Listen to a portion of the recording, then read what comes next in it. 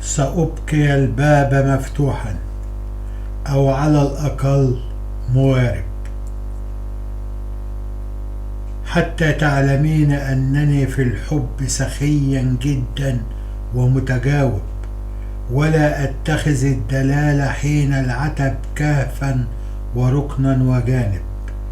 فهيا احصي تفهمي بالعدد، وليكن إنصافك حاسب، لعلنا نلتقي في الليل ونتسامر كنديم وصاحب. ومن صدرك الحنون مستخرج الحنين وجالب، في ظلام الليل مكتسح العتمة وبالشوق ذاهب.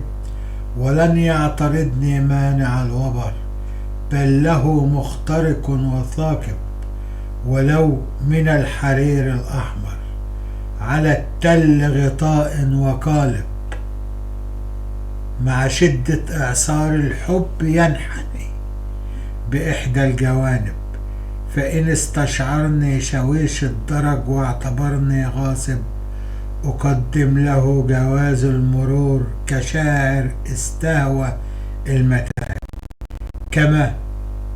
كم من مغامر قبلي تمنى دخول الحي الصاخب، فما نال حفاوة الترحاب ولا حفيف البرعم المشاغب.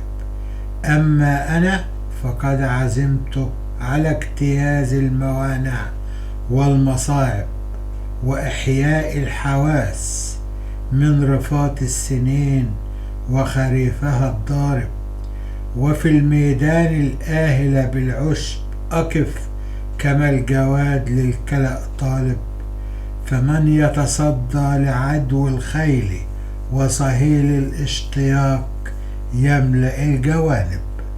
كلمات الشاعر محمد البستاني.